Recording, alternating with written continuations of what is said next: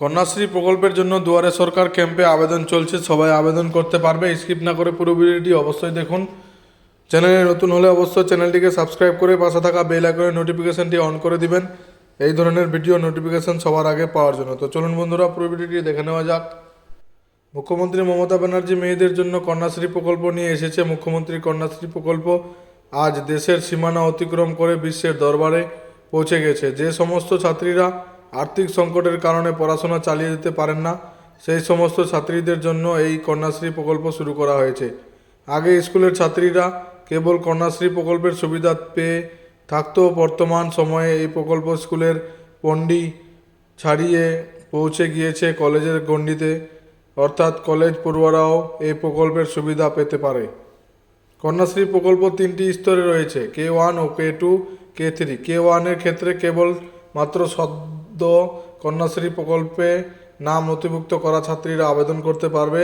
আবেদন করবার বয়স হলো 13 থেকে 18 এর মধ্যে। পাশাপাশি এই প্রকল্পে প্রত্যেক বছরে বাৎসরিক অনুদান ছাত্রীরা পাবে। K2 প্রকল্প যে সকল ছাত্রীর বয়স 18 তাদের করা যাবে আবেদন। পশ্চিমবঙ্গ কন্যাশ্রী প্রকল্পে মাধ্যমে ছাত্রীরা এককালীন 25,000 টাকা সরকারি অনুদান পাবেন। তবে ছাত্রীটিকে শিক্ষা প্রতিষ্ঠানের সাথে যুক্ত থাকে পড়াশোনা চালিয়ে যেতে হবে। K3 প্রকল্প কন্যাশ্রী K3 এর বিদ্যালয়ের স্তরের ছাত্রীরা আবেদন করতে পারবেন। এক্ষেত্রে ছাত্রীরা প্রতি মাসে সরকারি অনুদানের সুযোগ পাবেন। এই বিষয়ে নিচে বিস্তারিত আলোচনা করা হলো আজকের এই ভিডিওটিতে। কন্যাশ্রী প্রকল্প K3 প্রকল্প যোগ্যতা। কন্যাশ্রী প্রকল্পে কেবল স্নাতকোত্তর স্তরের ছাত্রীরা আবেদন করতে পারেন। বৃত্তির পরিমাণ কলা বিভাগ আর্টস এর ছাত্রীরা মাসে 2,000 টাকা ও বিজ্ঞান বিভাগ এর ছাত্রীরা ক্ষেত্রে প্রতি মাসে 2,500 টাকা সরকারি অনুদান পাওয়া যায়। প্রয়োজনীয় যোগ্যতা গ্র্যাজুয়েশন স্তরে সংশ্লিষ্ট বিষয়ে ন্যূনতম 45% নম্বর থাকতে হবে।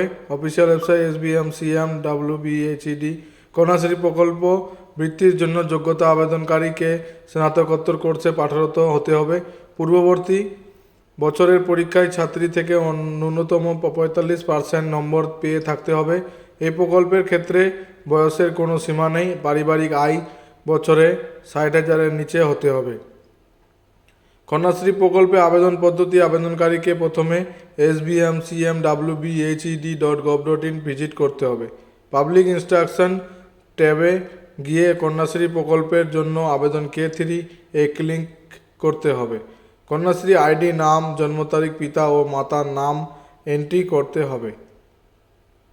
4 নম্বর আইডি যাচাইয়ের পর আবেদন ফর্ম থেকে তথ্য আপডেট করা যেতে পারে, আবার নতুন করে রেজিস্টার করে আর একটি আইডি বানাতে হবে। 5 নম্বর কন্যাশ্রী প্রকল্প এডিট অ্যাপ্লিকেশন অপশানে গিয়ে সমস্ত তথ্য আপডেট করে ফটোগ্রাফ এবং স্বাক্ষর আপলোড করতে হবে। 6 নম্বর এরপর প্রয়োজনীয় সমস্ত ডকুমেন্টস আপলোড করতে হবে। 7 নম্বর রিভিউ অপশানে ক্লিক করে দেখে নেবেন আপনার প্রেরিত সমস্ত তথ্য নির্ভুল আছে কিনা।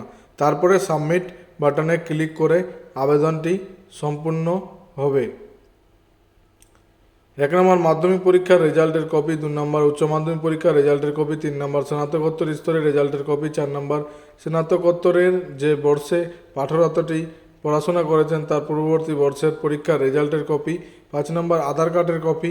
6 নম্বর পারিবারিক আয়ের সার্টিফিকেটের কপি। আর এবারে আপনারা এই কন্যাশ্রী প্রকল্পের আবেদন করতে পারবেন।